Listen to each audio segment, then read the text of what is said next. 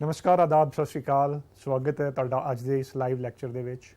ਐਜੂਸੈਟ ਦੇ ਸਟੂਡੀਓ ਤੋਂ ਮੈਂ ਤੇਜਿੰਦਰ ਸਿੰਘ ਤੁਹਾਨੂੰ ਸਾਰਿਆਂ ਨੂੰ ਅੱਜ ਦੇ ਇਸ ਲੈਸਨ ਦੇ ਵਿੱਚ ਜੀ ਆਇਆਂ ਨੂੰ ਕਹਿੰਦਾ ਹਾਂ। ਪਿਆਰੇ ਬੱਚੇ ਔਰ ਮਾਣਯੋਗ ਅਧਿਆਪਕ ਸਾਥੀਓ, ਅੱਜ ਦਾ ਸਾਡਾ ਟੌਪਿਕ ਜੋ ਹੈ ਉਹ ਹੈ ਭੂਚਾਲ, ਜ਼ਲਜ਼ਲਾ ਜਾਂ ਭੂਕੰਪ। ਉਰਦੂ ਦੇ ਵਿੱਚ ਜ਼ਲਜ਼ਲਾ ਕਹਿੰਦੇ ਹਾਂ, ਪੰਜਾਬੀ ਦੇ ਵਿੱਚ ਆਪਾਂ ਭੂਚਾਲ ਕਹਿ ਦਿੰਦੇ, ਹਿੰਦੀ ਵਿੱਚ ਭੂਕੰਪ ਵੀ ਕਹਿ ਦਿੰਦੇ ਹਾਂ। So this is earthquake in English. So let us begin without wasting any time. So earthquake ਕੀ ਹੈ, ਇਹਦੀ ਪਰਿਭਾਸ਼ਾ ਕੀ ਹੈ, ਇਹ ਆਪਾਂ ਡਿਸਕਸ ਕਰਦੇ ਹਾਂ ਸਾਰਾ ਕੁਝ, ਉਹਨੂੰ ਨੋਟ ਵੀ ਕਰਾਂਗੇ। ਸਾਈਜ਼ਮਿਕ ਐਕਟੀਵਿਟੀਜ਼ ਕਿਹੜੀਆਂ ਹੁੰਦੀਆਂ ਹੈ? ਸਾਈਜ਼ਮਿਕ ਐਕਟੀਵਿਟੀਜ਼ ਉਹ ਸਾਰੀਆਂ ਕਿਰਿਆਵਾਂ ਜਿਸ ਦੇ ਨਾਲ ਧਰਤੀ ਦੇ ਉੱਪਰ ਕੰਬਣੀ ਛਿੜਦੀ ਹੈ, ਵਾਈਬ੍ਰੇਸ਼ਨਸ ਪੈਦਾ ਹੁੰਦੀਆਂ ਹਨ। ਸੋ ਕਿਹੜੇ ਕਿਸਮਾਂ ਹੁੰਦੀਆਂ ਹਨ, ਉਹਨਾਂ ਬਾਰੇ ਆਪਾਂ ਵਿਸਥਾਰ ਦੇ ਵਿੱਚ ਅੱਜ ਦੀ ਇਸ ਕਲਾਸ ਦੇ ਵਿੱਚ ਚਰਚਾ ਕਰਾਂਗੇ। ਸੋ ਸਭ ਤੋਂ ਪਹਿਲਾਂ ਟੈਕਟੋਨਿਕ ਅਰਥਕੁਏਕਸ ਹੈਗੇ ਆ ਤੁਹਾਡੇ। ਦੈਨ ਅਰਥਕੁਏਕ ਕਾਜ਼ਡ ਬਾਈ ਵੋਲਕੈਨੋਸ, ਆਤਿਸ਼ਫਿਸ਼ਾ ਜਾਂ ਜਵਾਲਾਮੁਖੀ ਫਟਣ ਦੇ ਨਾਲ ਵੋਲਕੈਨਿਕ ਇਰਪਸ਼ਨਸ ਨਾਲ ਜਿਹੜੀਆਂ ਵਾਈਬ੍ਰੇਸ਼ਨਸ ਪੈਦਾ ਹੁੰਦੀਆਂ ਜਾਂ ਭੂਚਾਲ ਆਉਂਦੇ ਆ, ਉਹਨਾਂ ਨੂੰ ਵੋਲਕੈਨਿਕ ਅਰਥਕੁਏਕ ਕਹਿੰਦੇ ਆ। ਤੀਸਰੇ ਨੰਬਰ 'ਤੇ ਸਾਡੇ ਹੈਗੇ ਕੋਲੈਪਸ ਅਰਥਕੁਏਕ, ਬਿਲਡਿੰਗਾਂ ਦੇ ਟੁੱਟਣ ਦੇ ਨਾਲ, ਡਿੱਗਣ ਦੇ ਨਾਲ, ਧਰਤੀ ਦੇ ਵਿੱਚ ਤ੍ਰਿੜਾਂ ਆਉਣ ਦੇ ਨਾਲ ਜਿਹੜੇ ਭੂਚਾਲ ਹੁੰਦੇ ਆ। ਔਰ ਉਹ ਭੂਚਾਲ ਜਿਹੜੇ ਕਿ ਖਨਨ ਕਰਕੇ, ਮਾਈਨਿੰਗ ਦੀ ਵਜ੍ਹਾ ਦੇ ਨਾਲ, ਔਰ ਰੈਜ਼ਰਵਾਰ ਇੰਡਿਊਸ ਸੀਜ਼ਮਿਸਿਟੀ, ਜਿਹੜੇ ਕਿ ਵੱਡੇ ਹਾਈਡਰੋ ਇਲੈਕਟ੍ਰਿਸਿਟੀ ਪਾਵਰ ਪ੍ਰੋਜੈਕਟ ਹੈ, ਉਹਨਾਂ ਦੇ ਟੁੱਟਣ ਦੀ ਵਜ੍ਹਾ ਨਾਲ ਜਿਹੜੇ ਭੂਚਾਲ ਪੈਦਾ ਹੁੰਦੇ ਆ। ਸੋ ਇੱਕ ਮੋਟੀ ਕਲਾਸੀਫਿਕੇਸ਼ਨ ਆ ਜਿਹਨੂੰ ਸਾਨੂੰ ਸਮਝਣਾ ਜਿਹੜਾ ਉਹ ਬੜਾ ਜ਼ਰੂਰੀ ਹੈਗਾ।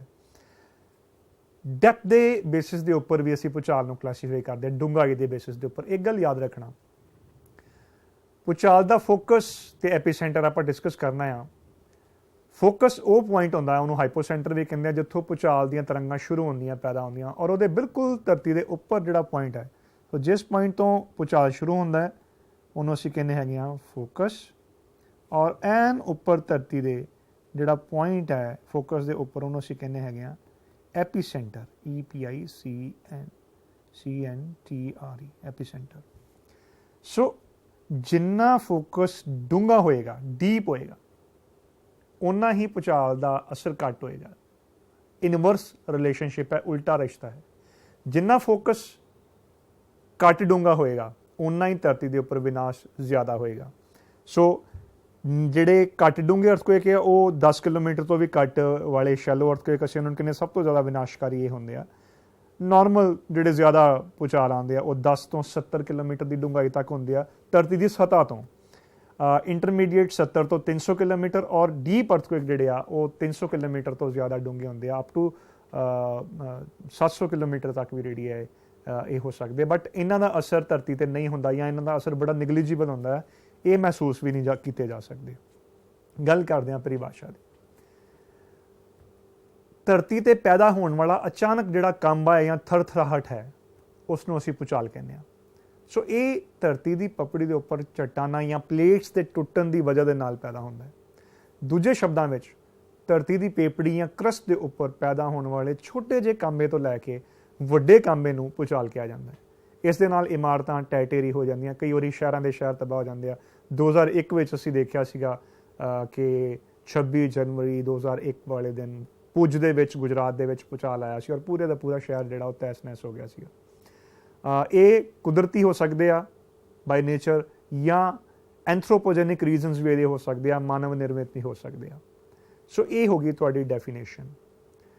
ਅਗਰ ਤੁਸੀਂ ਕਦੀ ਮਹਿਸੂਸ ਕੀਤਾ ਹੋਵੇ ਤੇ ਰੇਲਵੇ ਟਰੈਕ ਦੇ ਲਾਗੇ ਕਦੀ ਖੜੇ ਹੋ, ਬਿਲਕੁਲ ਉਹਦੇ ਲਾਗੇ ਤੇ ਨਹੀਂ ਜਾਣਾ ਚਾਹੀਦਾ, ਪਰ ਰੇਲਵੇ ਟਰੈਕ ਦੇ ਨੇੜੇ ਤੁਸੀਂ ਖੜੇ ਹੋ ਤੇ ਜਦੋਂ ਟ੍ਰੇਨ ਗੁਜ਼ਰਦੀ ਹੈ, ਤੁਸੀਂ ਮਹਿਸੂਸ ਕਰੋ ਕਿ ਤੁਹਾਨੂੰ ਆਪਣੇ ਪੈਰਾਂ ਦੇ ਥੱਲੇ ਜਿਹੜੀ ਜ਼ਮੀਨ ਹੈ ਉਹ ਕੰਬਦੀ ਹੋਈ ਨਜ਼ਰ ਆਏਗੀ। ਇਹ ਵੀ ਇੱਕ ਕਿਸਮ ਦਾ ਭੂਚਾਲ ਹੀ ਹੈ। ਧਰਤੀ ਤੇ ਜਿਸ ਜਗ੍ਹਾ ਦੇ ਉੱਪਰ ਭੂਚਾਲ ਪੈਦਾ ਹੁੰਦਾ, ਜਿਸ ਤਰ੍ਹਾਂ ਮੈਂ ਪਹਿਲਾਂ ਦੱਸਿਆ, ਉਸਨੂੰ ਹਾਈਪੋਸੈਂਟਰ ਜਾਂ ਫੋਕਸ ਕਿਹਾ ਜਾਂਦਾ। So this point where earthquake is originated is called focus, FOCUS। Punjabi ਵਿੱਚ ਆਪਾਂ ਲਿਖਾਂਗੇ ਫੋਕਸ, ਇਹਨੂੰ ਫੋਕਸ ਹੀ ਲਿਖਾਂਗੇ। ਔਰ ਇਹਦੇ ਬਿਲਕੁਲ ਉੱਪਰ, ਧਰਤੀ ਦੇ ਉੱਪਰ ਜਿਹੜਾ ਬਿੰਦੂ ਹੈ, ਬਿਲਕੁਲ ਐਨ ਫੋਕਸ ਦੇ ਉੱਪਰ ਜਿਹੜਾ ਬਿੰਦੂ ਹੈ, ਉਹਨੂੰ ਅਸੀਂ ਕਹਿੰਦੇ ਹੈਗੇ ਆ ਐਪੀਸੈਂਟਰ, EPICENTRE,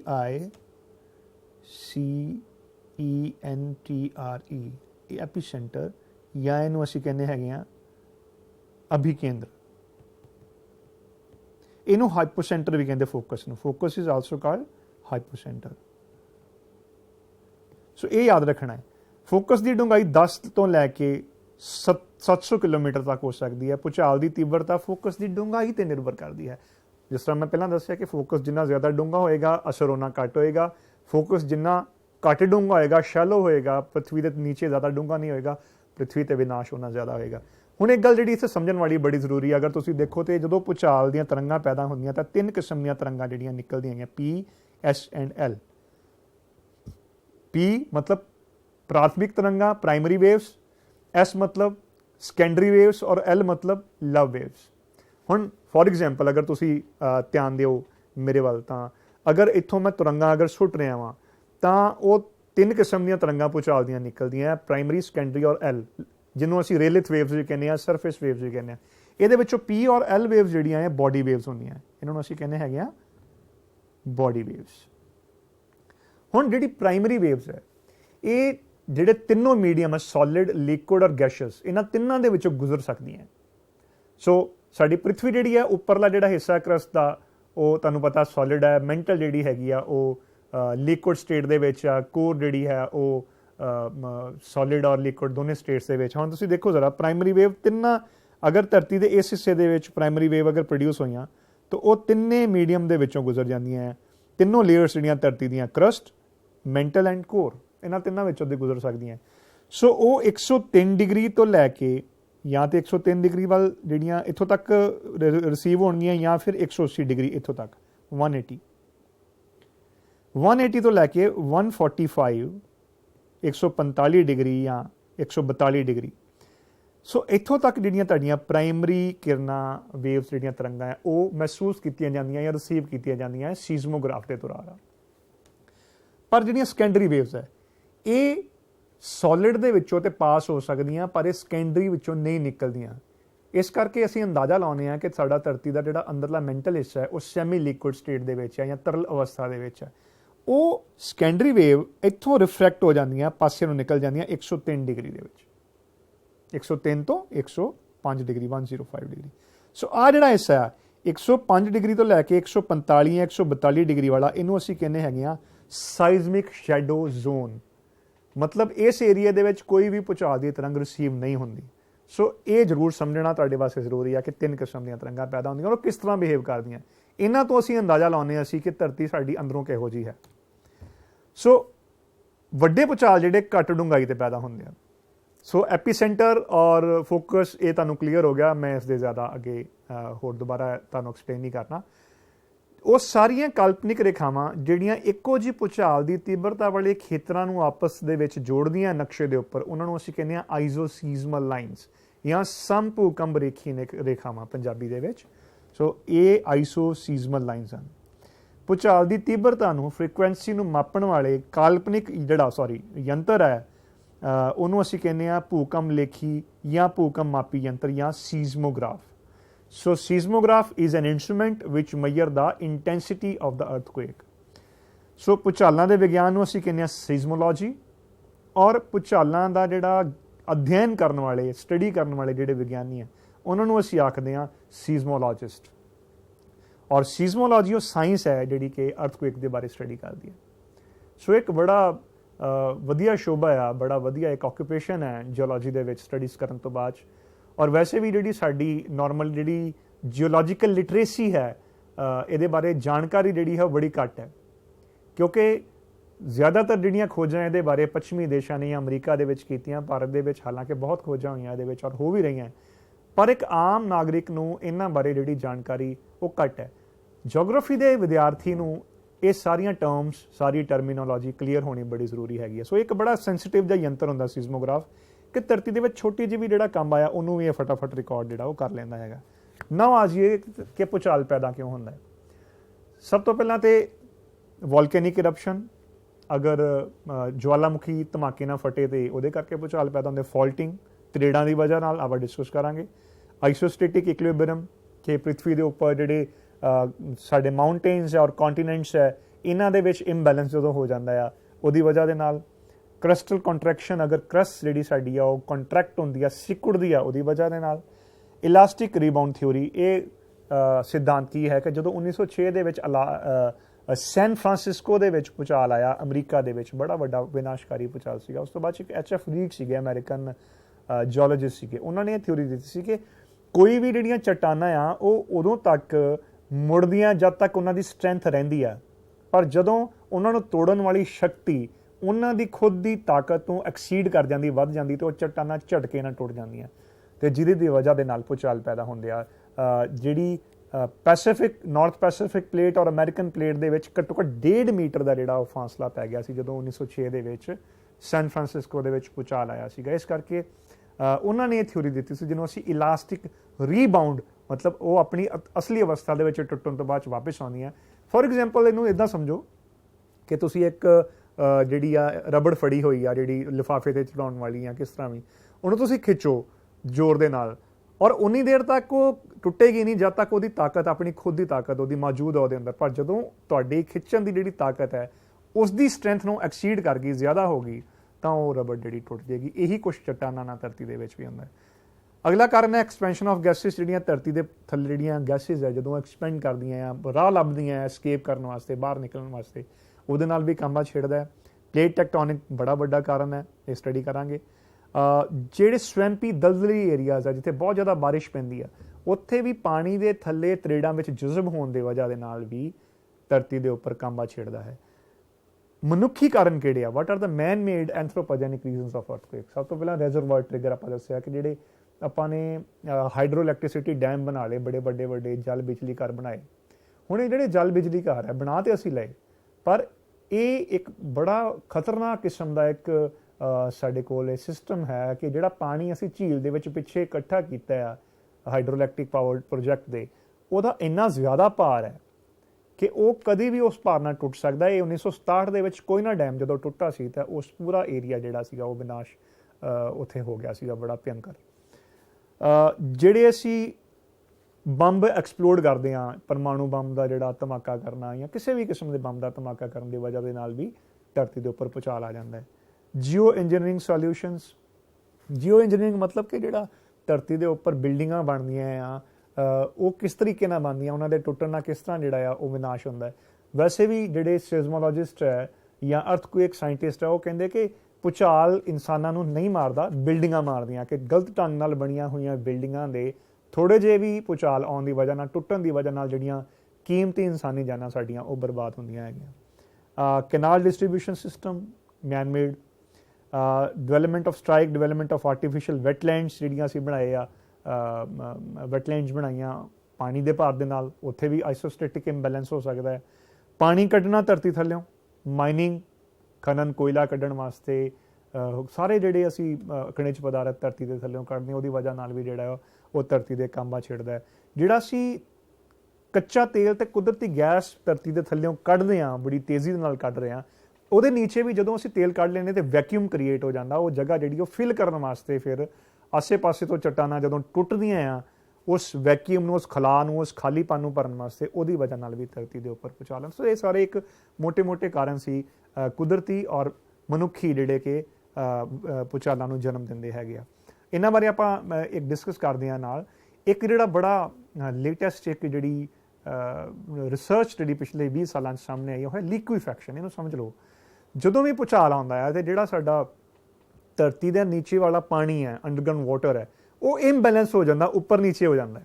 ਹੁਣ ਫੋਰ ਐਗਜ਼ਾਮਪਲ ਉਹ ਪਾਣੀ ਉੱਪਰ ਆ ਗਿਆ, ਧਰਤੀ ਦੇ ਨੀਚੇ ਵਾਲਾ ਪਾਣੀ ਭੂਚਾਲ ਆਇਆ ਤੇ ਉਹ ਪਾਣੀ ਜਿਹੜਾ ਉਹਦਾ ਲੈਵਲ ਪਹਿਲਾਂ ਇੱਥੇ ਸੀ, ਉਹ ਅਗਰ ਇੱਥੇ ਆ ਗਿਆ ਤੇ ਡੈਫੀਨੇਟਲੀ ਜਿਹੜੀ ਇੱਥੇ ਮਿੱਟੀ ਹੋਏਗੀ ਉਹ ਲੂਜ਼ ਹੋ ਜਾਏਗੀ, ਕਿਉਂਕਿ ਜਦੋਂ ਪਾਣੀ ਮਿੱਟੀ ਦੇ ਵਿੱਚ ਐਡ ਹੋ ਗਿਆ, ਮਿੱਟੀ ਲੂਜ਼ ਹੋ ਗਈ, ਚਿੱਕੜ ਬਣ ਗਿਆ, ਉਹਦੀ ਵਜ੍ਹਾ ਨਾਲ ਬਿਲਡਿੰਗਾਂ ਡਿੱਗ ਜਾਂਦੀਆਂ, ਟੁੱਟ ਸਕਦੀਆਂ। ਇਹਨੂੰ ਲਿਕੁਈਫੈਕਸ਼ਨ ਕਹਿੰਦੇ ਹੈਗੇ ਆ। ਤੁਸੀਂ ਅਗਰ ਇੱਕ ਤਸਵੀਰ ਦੇਖ ਰਹੇ ਹੋ ਤਾਂ ਇਹ ਇੱਕ ਅਰਥਕੁਏਕ ਜਿਹੜਾ ਆਇਆ ਸੀਗਾ ਤਾਈਵਾਨ ਦੇ ਵਿੱਚ। ਇੱਥੇ ਕੀ ਹੋਇਆ ਕਿ ਬਿਲਡਿੰਗਾਂ ਲੰਮੇ ਪੈ ਗਈਆਂ, ਡਿੱਗੀਆਂ ਨਹੀਂ ਪਰ ਲੰਮੇ ਪੈ ਗਈਆਂ ਲਿਕੁਈਫੈਕਸ਼ਨ ਦੀ ਵਜ੍ਹਾ ਨਾਲ ਤਾਈਵਾਨ 'ਚ, ਕਿਉਂਕਿ ਮਿੱਟੀ ਲੂਜ਼ ਹੋ ਗਈ। ਹਾਂ, ਵੋਲਕੈਨਿਕ ਇਰਪਸ਼ਨ ਜਦੋਂ ਭੂਚਾਲ ਆਉਂਦਾ ਆ, ਜਵਾਲਾਮੁਖੀ ਫਟਣ ਦੇ ਨਾਲ। ਹੁਣ ਜਵਾਲਾਮੁਖੀ ਜਦੋਂ ਫਟਦੇ ਆ, ਖਾਸ ਕਰਕੇ ਜਿਹੜੇ ਐਕਟਿਵ ਵੋਲਕੈਨੋਜ਼ ਆ ਜਾਂ ਡੋਰਮੈਂਟ ਵੋਲਕੈਨੋ ਜਿਹੜੇ ਕਦੀ ਵੀ ਫਟ ਸਕਦੇ, ਆਪਾਂ ਪਿਛਲੇ ਵੋਲਕੈਨੋ ਵਾਲੇ ਚੈਪਟਰ 'ਤੇ ਡਿਸਕਸ ਕੀਤਾ ਸੀਗਾ, ਜਦੋਂ ਅਚਾਨਕ ਧਮਾਕੇ ਨਾਲ ਫਟਦੇ ਤੇ ਜ਼ਮੀਨ ਤੇ ਕਾਂਬਾ ਛੇੜਦਾ। ਸੋ ਇਹਦਾ ਅਸਰ ਕੁਝ ਕਿਲੋਮੀਟਰ ਤੱਕ ਹੁੰਦਾ, ਬਹੁਤ ਜ਼ਿਆਦਾ ਤਾਂ ਨਹੀਂ ਹੁੰਦਾ, ਜਿਵੇਂ ਇੰਡੋਨੇਸ਼ੀਆ ਦੇ ਵਿੱਚ 1883 26 ਅਗਸਤ ਵਾਲੇ ਦਿਨ ਕਰਾਕਾਟੋਆ ਵੋਲਕੈਨੋ ਜਿਹੜਾ ਉਹ ਫਟ ਗਿਆ ਸੀ, ਜਿਹਦੇ ਕਰਕੇ 30 ਤੋਂ 40 ਫੁੱਟ ਲਹਿਰਾਂ ਉੱਠੀਆਂ, ਉਹਨਾਂ ਨੇ ਸੁਨਾਮੀ ਪੈਦਾ ਕੀਤੀ ਔਰ 36,000 ਲੋਕ ਮਾਰੇ ਗਏ ਸੀ। ਇਸ ਜਵਾਲਾਮੁਖੀ ਵਿਸਫੋਟ ਦਾ ਅਸਰ 12,800 ਕਿਲੋਮੀਟਰ ਦੂਰ ਦੱਖਣੀ ਅਮਰੀਕਾ ਦੇ ਚਿਲੀ ਦੇਸ਼ ਤੱਕ ਦੇਖਿਆ ਗਿਆ ਸੀ। ਸੋ ਵੋਲਕੈਨੋ ਇੱਕ ਬੜਾ ਵੱਡਾ ਕਾਰਨ ਹੈ ਭੂਚਾਲ ਦਾ। ਦੈਨ ਫਾਲਟਿੰਗ ਜਾਂ ਤਰੇੜਾ। ਹੁਣ ਅਗਰ ਤੁਸੀਂ ਭਾਰਤ ਦਾ ਜਿਓਲੋਜੀਕਲ ਨਕਸ਼ਾ ਦੇਖੋ ਤਾਂ ਤੁਸੀਂ ਦੇਖੋਗੇ ਹਿਮਾਲੀਅਨ ਫਰੰਟ ਫਾਲਟ, ਜਿਹੜੇ ਹਿਮਾਲੀਅਨ ਫਾਲਟਸ ਹੈਗੇ ਆ, ਕਿਉਂਕਿ ਧਰਤੀ ਦੇ ਵਿੱਚ ਕਈ ਤਰੇੜਾਂ ਆ। ਭਾਰਤ ਦੇ ਵਿੱਚ ਵੀ ਇਸੇ ਤਰ੍ਹਾਂ ਕਈ ਤਰੇੜਾਂ ਜਿਹੜੀਆਂ ਹੈਗੀਆਂ, ਭਿਵਾਨੀ ਫਾਲਟ ਹੈਗਾ ਆ, ਦੇਵਬੰਦ ਫਾਲਟ ਹੈਗਾ ਆ, ਇਹਦਾ ਨਕਸ਼ਾ ਆਪਾਂ ਅੱਗੇ ਜਾ ਕੇ ਦੇਖਾਂਗੇ। ਤੇ ਮੇਨ ਬਾਉਂਡਰੀ ਥਰਸਟ ਹੈ ਹਿਮਾਲਿਆ ਦੇ ਵਿੱਚ, ਹਿਮਾਲੀਅਨ ਫਰੰਟ ਫਾਲਟ ਹੈ। ਉਹ ਸਾਰੇ ਤਰੇੜਾਂ ਵਾਲੇ ਹਿੱਸੇ, ਉਹਨਾਂ ਦੇ ਵਿੱਚ ਚਟਾਨਾਂ ਝਟਕੇ ਨਾਲ ਟੁੱਟਦੀਆਂ। ਜਦੋਂ ਵੀ ਚਟਾਨਾਂ ਇੱਕ ਦੂਜੇ ਤੋਂ ਸਲਿੱਪ ਕਰਦੀਆਂ ਵਿਪਰੀਤ ਦਿਸ਼ਾ ਦੇ ਵਿੱਚ, ਉਲਟੀ ਦਿਸ਼ਾ ਦੇ ਵਿੱਚ, ਜਿਹਨੂੰ ਅਸੀਂ ਫਾਲਟ ਕਹਿੰਦੇ ਆ, ਉਦੋਂ ਭੂਚਾਲ ਜਿਹੜੇ ਪੈਦਾ ਹੁੰਦੇ ਆ। ਇਹਦੀ ਸਭ ਤੋਂ ਬੈਸਟ ਜਿਹੜੀ ਐਗਜ਼ਾਮਪਲ ਹੈ ਉਹ 1906 ਦੇ ਵਿੱਚ ਅਮਰੀਕਾ ਦੇ ਵਿੱਚ ਸੈਨ ਐਂਡਰੀਆਸ ਦੇ ਵਿੱਚ ਫਾਲਟ, ਜਿਹੜਾ ਤੁਸੀਂ ਤਰੇੜ ਅਗਰ ਦੇਖੋ ਜ਼ਮੀਨ ਦੇ ਵਿੱਚ, ਇਹ ਅੱਜ ਵੀ ਦੇਖੀ ਜਾ ਸਕਦੀ ਆ। 1.5 ਮੀਟਰ ਜ਼ਮੀਨ ਖਿਸਕ ਗਈ ਸੀ, ਜਿਸ ਤਰ੍ਹਾਂ ਮੈਂ ਦੱਸਿਆ 1.5, ਔਰ ਇਹ ਥੋੜਾ ਨਹੀਂ ਹੁੰਦਾ। ਕੁਝ ਸੈਂਟੀਮੀਟਰ ਦੀ ਤਰੇੜ ਵੀ ਜਿਹੜੀ ਆ ਉਹ ਵੀ ਬਿਲਡਿੰਗਾਂ ਨੂੰ ਤਹਿਸ ਨਹਿਸ ਕਰ ਸਕਦੀ ਹੈ। ਤੇ 1.5 ਮੀਟਰ ਦੀ ਜਿਹੜੀ ਉਹ ਇੱਕ ਤਰੇੜ ਸੀ, ਜਿਹੜੀ ਕਿ ਇੱਧਰ ਤੁਹਾਡਾ ਪੈਸੀਫਿਕ ਪਲੇਟ ਹੈਗੀ ਆ, ਨਾਰਥ ਪੈਸੀਫਿਕ, ਔਰ ਇੱਧਰ ਤੁਹਾਡੀ ਅਮਰੀਕਨ ਪਲੇਟ ਸੀਗੀ। ਇਹ ਇੱਕ ਦੂਜੇ ਤੋਂ ਉਲਟੀ ਦਿਸ਼ਾ ਵੱਲ ਖਿਸਕੀਆਂ ਔਰ ਇਹਨਾਂ ਨੇ ਬੜਾ ਖਤਰਨਾਕ ਭੂਚਾਲ ਉਦੋਂ ਪੈਦਾ ਕੀਤਾ ਸੀਗਾ। ਪਲੇਟ ਟੈਕਟੋਨਿਕ ਥਿਓਰੀ, ਜਦੋਂ ਮੈਂ ਤੁਹਾਨੂੰ ਜਵਾਲਾਮੁਖੀ ਵਾਲਾ ਲੈਸਨ ਕਰਾਇਆ ਸੀ, ਮੈਂ ਤੁਹਾਨੂੰ ਦੱਸਿਆ ਸੀਗਾ ਕਿ ਜਿਹੜੇ ਵੋਲਕੈਨਿਕ ਇਰਪਸ਼ਨ ਹੈ ਜਾਂ ਮਾਊਂਟੇਨ ਬਿਲਡਿੰਗ ਹੈ, ਪਹਾੜ ਬਣਨੇ, ਪਰਬਤ ਬਣਨੇ ਜਾਂ ਅਰਥਕੁਏਕ, ਇਹਨਾਂ ਤਿੰਨਾਂ ਪ੍ਰਸ਼ਨਾਂ ਦਾ ਜਵਾਬ ਪਲੇਟ ਟੈਕਟੋਨਿਕ ਦੇ ਵਿੱਚ ਹੈ। ਸੋ ਇਹ 3 ਕਿਸਮ ਦੀਆਂ ਪਲੇਟਸ ਅਸੀਂ ਸਟੱਡੀ ਕਰਦੇ ਹਾਂ, ਜਿਹੜੀ ਕਿ ਧਰਤੀ ਦੇ ਥੱਲੇ ਜਿਹੜੀ ਰੇਡੀਓ ਐਕਟਿਵ ਪਾਰਟੀਕਲ ਹੈ, ਉਹਨਾਂ ਦੀ ਵਜ੍ਹਾ ਨਾਲ ਸੰਵਹਿਣ ਧਰਾਵਾਂ ਪੈਦਾ ਹੁੰਦੀਆਂ, ਕਨਵੈਕਸ਼ਨਸ ਬਣਦੀਆਂ ਔਰ ਉਹ ਰਾਹ ਲੱਭਦੀਆਂ ਆ ਉੱਪਰ ਜਾਣ ਵਾਸਤੇ, ਨਿਕਲਣ ਵਾਸਤੇ। ਤੇ ਉਹਨਾਂ ਦੀ ਵਜ੍ਹਾ ਨਾਲ ਜਿਹੜੀਆਂ ਪਲੇਟਸ ਹੈ ਉਹ ਜਾਂ ਤਾਂ ਇੱਕ ਦੂਜੇ ਤੋਂ ਦੂਰ ਮੂਵ ਕਰਦੀਆਂ, ਜਿਹਨੂੰ ਅਸੀਂ ਡਾਈਵਰਜਿੰਗ ਪਲੇਟ ਬਾਉਂਡਰੀ ਆਖਦੇ ਹਾਂ, ਜਾਂ ਫਿਰ ਉਹ ਇੱਕ ਦੂਜੇ ਵੱਲ ਮੂਵ ਕਰਦੀਆਂ, ਜਿਹਨੂੰ ਅਸੀਂ ਕਨਵਰਜਿੰਗ ਪਲੇਟ ਬਾਉਂਡਰੀ ਕਹਿੰਦੇ ਹਾਂ। ਕਿ ਇੱਕ ਹੈ ਡੈਂਸਰ ਪਲੇਟ, ਜਿਹੜੀ ਹੈਵੀਅਰ ਪਲੇਟ ਹੈ, ਭਾਰੀ ਪਲੇਟ ਹੈ, ਉਹ ਹਲਕੀ ਪਲੇਟ ਦੇ ਨੀਚੇ ਨੂੰ ਮੂਵ ਕਰਦੀ ਆ, ਜਾਂ ਇੱਕ ਦੂਸਰੇ ਤੋਂ ਦੂਰ ਮੂਵ ਕਰਦੀਆਂ, ਜਿਸ ਤਰ੍ਹਾਂ ਤੁਹਾਡਾ ਮਿਡ ਐਟਲਾਂਟਿਕ ਰਿਜ ਹੈਗੀ ਆ। ਇਹਦਾ ਨਕਸ਼ਾ ਆਪਾਂ ਅੱਗੇ ਜਾ ਕੇ ਦੇਖਾਂਗੇ। ਔਰ ਤੀਸਰੀ ਕਿਸਮ ਦੀ ਜਿਹੜੀ ਹੈਗੀ ਆ, ਉਹਨੂੰ ਅਸੀਂ ਕਹਿੰਦੇ ਆ ਜਿਹੜਾ ਹੈ ਰਿਵਰਸ ਫਾਲਟ, ਜਿਹੜੀ ਫਾਲਟ ਬਾਉਂਡਰੀ ਹੈਗੀ ਆਹ ਵਾਲੀ। ਇਹਦੇ ਵਿੱਚ 2 ਪਲੇਟਾਂ ਇੱਕ ਦੂਜੇ ਤੋਂ ਉਲਟੀ ਦਿਸ਼ਾ ਵੱਲ ਖਿਸਕ ਜਾਂਦੀਆਂ, ਜਿਹਦੀ ਵਜ੍ਹਾ ਦੇ ਨਾਲ ਲਿਟਰਲ ਸਲਾਈਡਿੰਗ ਹੁੰਦੀ ਆ, ਭੂਚਾਲ ਪੈਦਾ ਹੁੰਦੇ ਆ। ਸੋ ਜ਼ਿਆਦਾਤਰ ਜਿਹੜੇ ਭੂਚਾਲ ਹੈ ਉਹ ਇੱਥੇ ਪੈਦਾ ਹੁੰਦੇ ਆ, ਜਿਹੜੀ ਤੁਹਾਡੀ ਇਹ ਵਾਲੀ ਪਲੇਟ ਹੈ। ਸੋ ਪ੍ਰਸ਼ਾਂਤ ਮਹਾਸਾਗਰ ਦੇ ਵਿੱਚ 3 ਪਾਸੇ 40,000 ਕਿਲੋਮੀਟਰ ਤੱਕ ਹੌਰਸ਼ੂ ਦੀ ਸ਼ਕਲ ਵਿੱਚ 452 ਕਿਰਿਆਸ਼ੀਲੀਆਂ ਐਕਟਿਵ ਜਵਾਲਾਮੁਖੀ ਹੈ। ਸੋ ਇਹਦਾ ਕਾਰਨ ਹੈ ਕਿ ਜਿਹੜੀ ਪੈਸੀਫਿਕ ਪਲੇਟ ਹੈ, ਇੱਕ ਪਾਸੇ ਤੇ ਨਾਰਥ ਅਮਰੀਕਨ ਪਲੇਟ ਦੇ ਨੀਚੇ ਮੂਵ ਕਰਦੀ ਪਈ, ਦੂਸਰੇ ਪਾਸੇ ਯੂਰੇਸ਼ੀਅਨ ਪਲੇਟ ਦੇ ਨੀਚੇ ਮੂਵ ਕਰਦੀ ਪਈ ਹੈ। ਸੋ ਐਕਟਿਵ ਪਲੇਟ ਬਾਉਂਡਰੀ ਆ, ਇਹ ਸਾਰੀ ਪਲੇਟ ਦੇ ਆਸ-ਪਾਸ ਇੱਕ ਤੇ ਕਿਰਿਆਸ਼ੀਲ ਜਵਾਲਾਮੁਖੀ ਹੈ ਬਹੁਤ ਜ਼ਿਆਦਾ, 452 ਦੀ ਤਾਦਾਦ ਦੇ ਵਿੱਚ, ਔਰ ਇੱਥੇ ਭੂਚਾਲ ਕਾਫੀ ਜ਼ਿਆਦਾ ਆਉਂਦੇ ਆ। ਅਗਰ ਜਾਪਾਨ ਦੇਖੋ ਤੇ ਹਮੇਸ਼ਾ ਉੱਥੇ ਜਾਪਾਨ ਦੇ ਵਿੱਚ ਭੂਚਾਲ ਜਿਹੜੇ ਲਗਾਤਾਰ ਆਉਂਦੇ ਰਹਿੰਦੇ ਹੈਗੇ ਆ। ਇਸ ਨੂੰ ਅਸੀਂ ਅਗਨੀ ਚੱਕਰ ਜਾਂ ਰਿੰਗ ਆਫ ਫਾਇਰ ਵੀ ਕਹਿੰਦੇ ਹੈਗੇ ਆ। ਮਨੁੱਖੀ ਕਾਰਨਾਂ 'ਚ ਆਪਾਂ ਦੇਖ ਲਿਆ ਕਿ ਜਦੋਂ ਅਸੀਂ ਖਾਣਾ ਨੂੰ ਡੂੰਘਾ ਕਰਨ ਵਾਸਤੇ ਵਿਸਫੋਟ ਕਰਦੇ ਹਾਂ, ਸੜਕਾਂ ਡੈਮ ਬਣਾਉਣ ਵਾਸਤੇ ਵਿਸਫੋਟ ਕਰਦੇ ਹਾਂ, ਰੇਲ ਲਾਈਨਾਂ ਬਣਾਉਣ ਲਈ ਡਾਇਨਾਮਾਈਟ ਦੀ ਮਦਦ ਨਾਲ ਵਿਸਫੋਟ ਕੀਤੇ ਜਾਂਦੇ ਆ, ਐਟਮੀ ਧਮਾਕੇ ਕੀਤੇ ਜਾਂਦੇ ਆ, ਪਣ ਬਿਜਲੀ ਪੈਦਾ ਕਰਨੀ ਆ, ਪਾਣੀ ਇਕੱਠਾ ਕਰਨੀ, ਬਨੌਟੀ ਝੀਲ, ਇਹ ਸਾਰਾ ਕੁਝ ਭੂਚਾਲ ਦਾ ਕਾਰਨ ਬਣਦੇ ਆ। ਇਨਸਾਨ ਉਹਦਾ ਜ਼ਿੰਮੇਵਾਰ ਹੈ। 1931 ਵਿੱਚ ਗ੍ਰੀਸ ਦੇ ਵਿੱਚ ਭੂਚਾਲ ਆਇਆ ਸੀ, ਜਿਹਦਾ ਕਾਰਨ ਮੈਰਾਥਨ ਡੈਮ ਸੀ। ਭਾਰਤ 'ਚ 1967 ਦੇ ਵਿੱਚ ਮਹਾਰਾਸ਼ਟਰ ਦੇ 17 ਜ਼ਿਲ੍ਹੇ ਵਿੱਚ ਕੋਇਨਾ ਡੈਮ ਟੁੱਟ ਗਿਆ ਸੀ, ਜਿਹਦੀ ਵਜ੍ਹਾ ਨਾਲ 180 ਜਾਨਾਂ ਗਈਆਂ ਸੀ ਤੇ 1500 ਦੇ ਕਰੀਬ ਲੋਕ ਜਿਹੜੇ ਆ ਉਹ ਜ਼ਖਮੀ ਹੋ ਗਏ ਸੀਗੇ। ਫਿਰ ਆ ਜਾਂਦਾ ਭੂਚਾਲ ਦੀ ਤੀਬਰਤਾ। ਇਹ ਕਿਸ ਤਰ੍ਹਾਂ ਅਸੀਂ ਮੈਜ਼ਰ ਕਰਦੇ ਹਾਂ ਭੂਚਾਲ ਨੂੰ? ਉਹਦੇ ਲਈ 2 ਜਿਹੜੇ ਆ ਉਹ ਸਕੇਲ ਯੂਜ਼ ਕੀਤੇ ਜਾਂਦੇ ਆ। 2 ਸਕੇਲ ਕਿਹੜੇ ਆ? ਸਭ ਤੋਂ ਪਹਿਲਾਂ ਤਾਂ ਹੈ ਮਰਕਲੀ ਸਕੇਲ ਔਰ ਦੂਸਰਾ ਹੈ ਰਿਚਟਰ ਸਕੇਲ। ਜ਼ਿਆਦਾਤਰ ਦੁਨੀਆ ਦੇ ਵਿੱਚ ਰਿਚਟਰ ਸਕੇਲ ਜਿਹੜਾ ਯੂਜ਼ ਕੀਤਾ ਜਾਂਦਾ ਹੈ। ਸੋ ਇਹ ਜਿਹੜਾ ਰਿਕਟਰ ਪੈਮਾਨਾ ਆ ਉਹ ਖੋਜਿਆ ਸੀ ਚਾਰਲਸ ਫ੍ਰਾਂਸਿਸ ਰਿਕਟਰ ਨੇ 1935 ਦੇ ਵਿੱਚ। ਉਸ ਨੂੰ ਉਹਦਾ ਜਿਹੜਾ ਸਾਥੀ ਸੀ ਬੇਨੋ ਗੁਟਨਬਰਗ ਨੇ ਉਹਨੂੰ ਰਿਵਾਈਜ਼ ਕੀਤਾ। ਸੋ ਇਹਨਾਂ ਨੂੰ ਮੈਜ਼ਰ ਕਰਕੇ ਜਦੋਂ ਤਰੰਗਾਂ ਨਿਕਲਦੀਆਂ, ਉਹਦੀ ਸ਼ਿੱਦਤ ਨੂੰ ਮਹਿਸੂਸ ਕਰਕੇ ਜਿਹੜੇ ਯੰਤਰ ਹੈ ਇਹਦੀ ਇੰਟੈਂਸਿਟੀ ਮੈਜ਼ਰ ਕਰਦੇ ਕਿ ਕੋਈ ਵੀ ਭੂਚਾਲ ਕਿੰਨੀ ਸ਼ਿੱਦਤ ਦੇ ਨਾਲ, ਕਿੰਨੀ ਤਾਕਤ ਦੇ ਨਾਲ ਧਰਤੀ 'ਤੇ ਆਇਆ। ਸੋ ਮਰਕਲੀ ਸਕੇਲ ਦਾ ਜਿਹੜਾ ਪੈਮਾਨਾ ਆ ਉਹ 1 ਤੋਂ 12 ਅੱਖਰਾਂ ਵਿੱਚ ਰੋਮਨ ਦੇ ਵਿੱਚ ਆ। ਜਿਸ ਤਰ੍ਹਾਂ 1 2 3 4 ਲਾਈਕ ਦਿਸ। ਸੋ ਇਹ ਪਹਿਲੇ ਦੇ ਵਿੱਚ ਤੁਸੀਂ ਦੇਖੋ ਕਿ ਸਿਰਫ ਇੰਸਟਰੂਮੈਂਟ ਡਿਟੈਕਟ ਕਰ ਸਕਦਾ ਆ। 5 ਦੇ ਵਿੱਚ ਡਿਸ਼ਿਸ ਭਾਂਡੇ ਟੁੱਟ ਜਾਂਦੇ ਆ, ਡਿੱਗ ਕੇ ਬੈਲ ਰਿੰਗ ਕਰਨ ਲੱਗ ਜਾਂਦੀ ਆ, ਘੜੀਆਂ ਬੰਦ ਹੋ ਜਾਂਦੀਆਂ ਆ, ਲੋਕੀ ਜਾਗ ਜਾਂਦੇ ਆ। ਔਰ ਜਿਹੜਾ ਇਹਦਾ 12 ਦਾ ਜਿਹੜਾ ਭੂਚਾਲ ਹੈ ਮਰਕਲੀ ਦੇ ਉੱਪਰ, ਉਹ ਸਭ ਤੋਂ ਜ਼ਿਆਦਾ ਡਿਸਟਰਕਟਿਵ, ਸਭ ਤੋਂ ਜ਼ਿਆਦਾ ਖਤਰਨਾਕ, ਸਭ ਕੁਛ ਤਹਿਸ ਨਹਿਸ ਹੋ ਜਾਣਾ, ਪਹਾੜਾਂ ਦੀ ਜਗ੍ਹਾ 'ਤੇ ਝੀਲਾਂ ਬਣ ਜਾਂਦੀਆਂ, ਝੀਲਾਂ ਦੀ ਜਗ੍ਹਾ 'ਤੇ ਪਹਾੜ ਬਣ ਜਾਂਦੇ। ਸਭ ਤੋਂ ਜ਼ਿਆਦਾ ਜਿਹੜਾ ਖਤਰਨਾਕ ਕਿਸਮ ਦਾ ਜਿਹੜਾ ਭੂਚਾਲ ਹੈ ਮਰਕਲੀ ਦੇ ਵਿੱਚ, ਉਹ 12 ਦਾ ਹੈ। ਸੋ 1 ਤੋਂ ਲੈ ਕੇ 12 ਰੋਮਨ ਦੇ ਅੱਖਰਾਂ ਵਿੱਚ ਇਹਦੀ ਜਿਹੜੀ ਇੰਟੈਂਸਿਟੀ ਅਸੀਂ ਉਹ ਮਾਪਦੇ ਹੈਗੇ ਹਾਂ। ਫਿਰ ਆ ਗਿਆ ਰਿਕਟਰ, ਜਿਹੜਾ ਦੁਨੀਆ ਵਿੱਚ ਆਮ ਤੌਰ 'ਤੇ ਯੂਜ਼ ਹੁੰਦਾ। ਅਗਰ ਤੁਸੀਂ ਖਬਰਾਂ ਦੇਖੋ ਤਾਂ ਤੁਹਾਨੂੰ ਉਹਦੇ ਵਿੱਚ ਹਮੇਸ਼ਾ ਇਹ ਦੱਸਿਆ ਜਾਏਗਾ ਕਿ ਰਿਕਟਰ ਪੈਮਾਨੇ 'ਤੇ ਇਸ ਭੂਕੰਪ की तीव्रता इतनी थी। ਇੱਦਾਂ ਹਿੰਦੀ ਦੇ ਜਿਹੜੇ ਨਿਊਜ਼ ਚੈਨਲ ਵਾਲੇ ਤੁਹਾਨੂੰ ਅਕਸਰ ਇਹ ਬੋਲਦੇ ਆ। ਸੋ ਉਹ ਪੈਮਾਨਾ ਕਿਹੜਾ ਹੈ, ਉਹ ਰਿਕਟਰ ਹੈ ਬੇਸਿਕਲੀ। ਇਹਦੀ ਜਿਹੜੀ ਇੰਟੈਂਸਿਟੀ ਹੈ ਜਾਂ ਸ਼ਿੱਦਤਤਾ ਹੈ ਉਹ 0 ਤੋਂ 8.9 ਤੱਕ ਹੈ। ਸੋ ਇਸ ਇੰਟੈਂਸਿਟੀ ਦਾ ਭੂਚਾਲ ਅਜੇ ਤੱਕ ਸਿਰਫ ਚਿਲੀ ਦੇ ਵਿੱਚ ਰਿਕਾਰਡ ਕੀਤਾ ਗਿਆ, ਦੱਖਣੀ ਅਮਰੀਕਾ ਦੇ ਵਿੱਚ 1960 ਦੇ ਵਿੱਚ। ਜਿਹੜਾ ਬਾਂਦਾ ਆਚੀ ਵਿੱਚ ਭੂਚਾਲ ਆਇਆ ਸੀ ਜਿਹਦੇ ਕਰਕੇ ਸੁਨਾਮੀ ਪੈਦਾ ਹੋਈ ਸੀ, ਉਹ 7.9 ਇੰਟੈਂਸਿਟੀ ਦਾ ਅਰਥਕੁਏਕ ਸੀ 2004 ਦੇ ਵਿੱਚ, ਜਿਹਦੀ ਵਜ੍ਹਾ ਨਾਲ ਸੁਨਾਮੀ ਪੈਦਾ ਹੋਈ ਤੇ ਲਗਭਗ ਪੂਰੀ ਦੁਨੀਆ ਦੇ ਵਿੱਚ 4 ਤੋਂ 5 ਲੱਖ ਲੋਕ ਜਿਹੜੇ ਆ ਉਹ ਮਾਰੇ ਗਏ ਸੀਗੇ। ਸੋ ਸਭ ਤੋਂ ਜ਼ਿਆਦਾ ਵਿਨਾਸ਼ ਉਦੋਂ ਹੋਇਆ ਸੀ ਇਨਸਾਨੀ ਜ਼ਿੰਦਗੀਆਂ ਦਾ ਰੀਸੈਂਟ ਟਾਈਮ ਦੇ ਵਿੱਚ। ਸੋ ਇਹਨੂੰ ਅਸੀਂ 1 ਤੋਂ ਲੈ ਕੇ 9 ਤੱਕ ਮੀਅਰ ਕਰਦੇ ਹਾਂ। ਤੇ ਆਮ ਤੌਰ ਤੇ ਜਿਹੜੇ 2 ਜਾਂ 3 ਇੰਟੈਂਸਿਟੀ ਦੇ ਅਰਥਕੁਏਕ ਦਿੱਲੀ ਆਉਂਦੇ ਆ, ਇਹ ਪਤਾ ਹੀ ਨਹੀਂ ਲੱਗਦਾ। 6 ਤੱਕ ਜਿਹੜੇ ਇੰਟੈਂਸਿਟੀ ਦੇ ਇਹ 4 ਜਾਂ 5 ਭੂਚਾਲ ਪੂਰੀ ਦੁਨੀਆ ਵਿੱਚ ਹਰ ਸਾਲ ਆਉਂਦੇ ਆ। 7 ਇੰਟੈਂਸਿਟੀ ਦਾ ਜਾਂ 8 ਇੰਟੈਂਸਿਟੀ ਦਾ ਭੂਚਾਲ ਜਿਹੜਾ ਹੈ ਉਹ ਹਰ 4-5 ਸਾਲ ਦੇ ਵਿੱਚ ਇੱਕ ਨਾ ਇੱਕ ਭੂਚਾਲ ਜਿਹੜਾ ਦੁਨੀਆ 'ਚ ਕਿਤੇ ਨਾ ਕਿਤੇ ਪੱਕਾ ਆਉਂਦਾ ਹੈ। ਰਿੰਗ ਆਫ ਫਾਇਰ ਦਾ ਇਹ ਨਕਸ਼ਾ ਬੇਟਾ ਦੇਖੋ, ਇਹ ਤੁਹਾਡੀ ਪੈਸੀਫਿਕ ਪਲੇਟ ਹੈ। ਦਿਸ ਇਜ਼ ਨਾਰਥ ਪੈਸੀਫਿਕ, ਉੱਤਰੀ ਪੈਸੀਫਿਕ ਜਾਂ ਪ੍ਰਸ਼ਾਂਤ ਮਹਾਸਾਗਰੀ ਪਲੇਟ। ਇਹ ਸਾਊਥ ਪੈਸੀਫਿਕ ਜਾਂ ਦੱਖਣੀ ਪ੍ਰਸ਼ਾਂਤ ਮਹਾਸਾਗਰੀ ਪਲੇਟ। ਔਰ ਇਹਦੇ ਚਾਰੇ ਪਾਸੇ ਇਹ ਅਗਨੀ ਚੱਕਰ ਹੈ। ਰਿੰਗ ਆਫ ਫਾਇਰ ਦਾ ਮਤਲਬ ਹੈ ਕਿ ਇੱਕ ਮਾਲਾ ਹੈ, ਫੈਸਟੂਨ ਹੈ ਜਵਾਲਾਮੁਖੀਆਂ ਦੀ, ਕਿ ਇੱਧਰ ਨੂੰ ਜਿਹੜੀ ਅਮਰੀਕਨ ਪਲੇਟ ਦੇ ਨੀਚੇ ਪੈਸੀਫਿਕ ਪਲੇਟ ਜਾ ਰਹੀ ਹੈ, ਇੱਧਰ ਸਾਊਥ ਅਮਰੀਕਾ ਦੇ ਨੀਚੇ ਜਾ ਰਹੀ ਹੈ, ਇੱਧਰ ਯੂਰੇਸ਼ੀਅਨ ਪਲੇਟ ਵੱਲ ਜਾ ਰਹੀ ਹੈ, ਇੱਧਰ ਇੰਡੋ ਆਸਟ੍ਰੇਲੀਅਨ ਪਲੇਟ ਦੇ ਨੀਚੇ ਜਾ ਰਹੀ ਹੈ। ਔਰ ਇਹ ਸਾਰੀ ਜਗ੍ਹਾ ਦੇ ਉੱਪਰ ਭੂਚਾਲ ਵੀ ਜ਼ਿਆਦਾ ਆਉਂਦੇ ਆ। ਔਰ ਇੱਥੇ ਐਕਟਿਵ ਜਵਾਲਾਮੁਖੀ ਆ ਜਿਹੜੇ ਲਗਾਤਾਰ ਆਪਣੇ ਮੂੰਹ ਦੇ ਵਿੱਚੋਂ ਮੈਗਮਾ ਬਾਹਰ ਸੁੱਟਦੇ ਰਹਿੰਦੇ ਆ। ਸੋ ਇਹ ਤੁਹਾਡਾ ਹੈ, ਇਹਨੂੰ ਅਸੀਂ ਅਲਾਸਕਾ, ਇੱਥੇ ਅਮਰੀਕਾ, ਕੁਰਾਈਲ ਤੋਂ ਸ਼ੁਰੂ ਹੋ ਕੇ Japan, Mariana, deepest trench in the world that is 11,000 meter deep inside the you see Pacific.